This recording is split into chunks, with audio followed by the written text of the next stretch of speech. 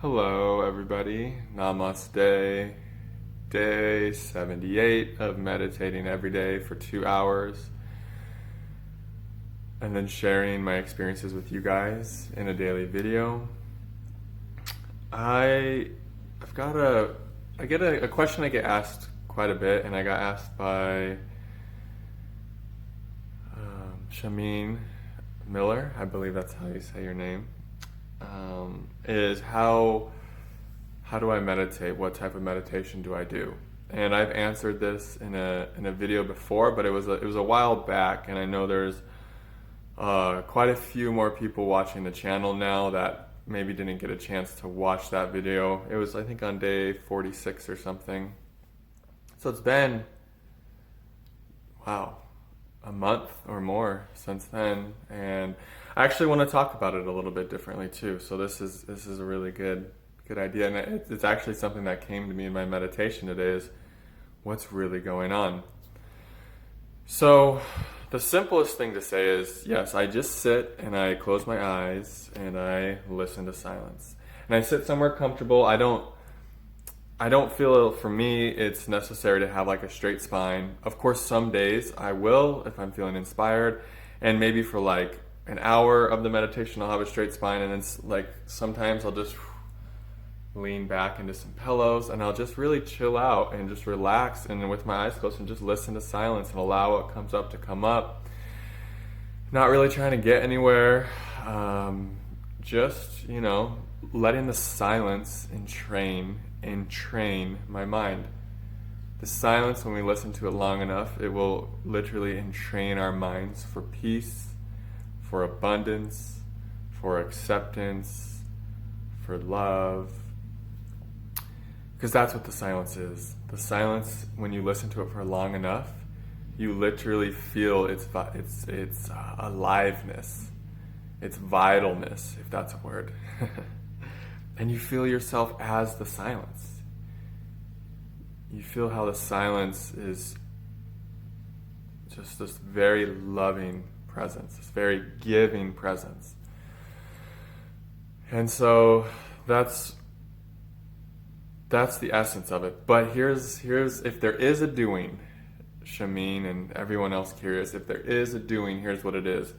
I will, from time to time, I will scan my body and I will see where I am holding or clenching, or where I'm closed, or where there's tension or stress.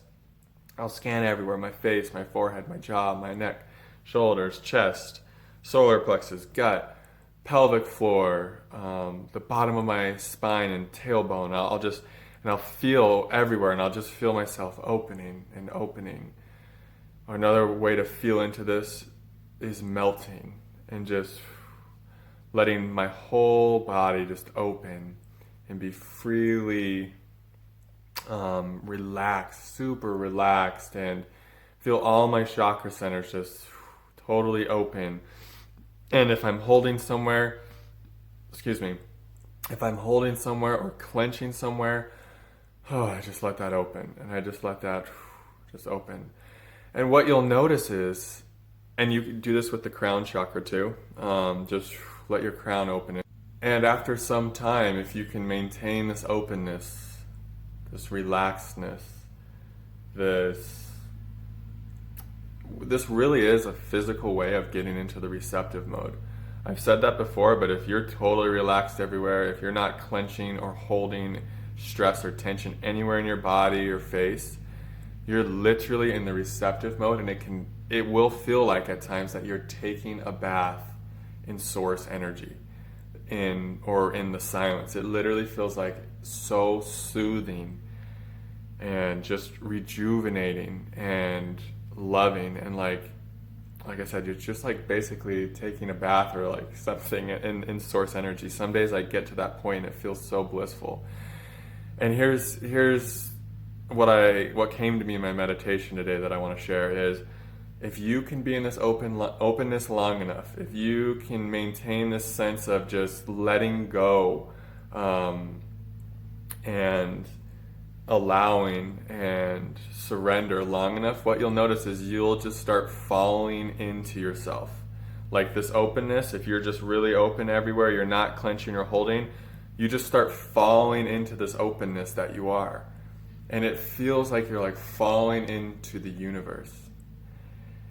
And this is where I've said in another video, you transcend time and space in this place.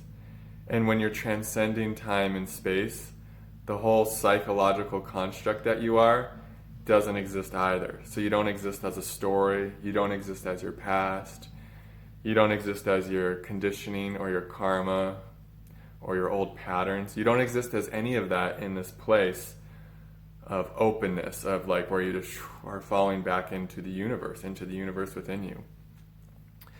And so if there's any doing, that's it. And this is beautiful, because as you fall into what you are, which is the universe, as you let yourself just rest there and be this is notable, the super ego will come up when you're falling into your openness, and it'll say, no, don't do that, because it knows when you fall into that openness, that's its death now, and it's no longer in control. So as you're falling, the mind or the superego might come up and try to grab you and say, no, don't go there. But open to that too. Don't resist that movement when the superego comes up. Open to that. And the beautiful thing is, as you fall into yourself, as you fall into the universe within you, and you no longer are an object of perception, you're no longer your psychological construct,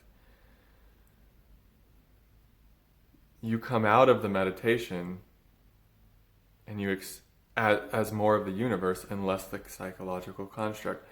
So when we come out of the meditation as more of the universe, we experience more oneness. It's beautiful. We experience less duality, because the psychological construct is always right and wrong, good and bad, black and white, separation. So this is the place that is highly desirable to fall into, falling into yourself as the universe. And so that's what I do. Sometimes it takes me 10 minutes to fall into the universe, and maybe I'll stay there for 10 minutes and then I come back out, and I typically my meditations, I fall in and out of this place. Sometimes it takes me an hour and probably 55 minutes to fall into the universe. Sometimes I don't get there at all. And that's okay, because we're not really trying to get anywhere. And here's the last thing I'll say. If you are totally open, and if you are totally surrendered, and if you're not holding stress or tension anywhere, but you're not feeling this bath of source energy, you're not feeling this rejuvenation, you're feeling like there's a wall between you and the universe within, that you just can't fall into it, that something's blocking you, this is a sign that there's something in your heart that you're not confronting. So this is a sign that there's like 3 things that are really common here if you're struggling to fall into the universe within you, or if you're struggling to get to that place. The number 1 thing is there's something in your heart you need to speak to someone that you're not speaking. And when you go and speak that, you'll notice that opening comes back, the heart opening, because the heart is really the portal to all these ascended realms, to the depth within you. And the other 2 is there's either something you need to let go of that is no longer in vibrational alignment with you. This is something I experienced recently. And then you let go of that, and then you feel that opening again into yourself. And the third one is there's this opportunity, or this something exciting for you, but you're afraid to do it.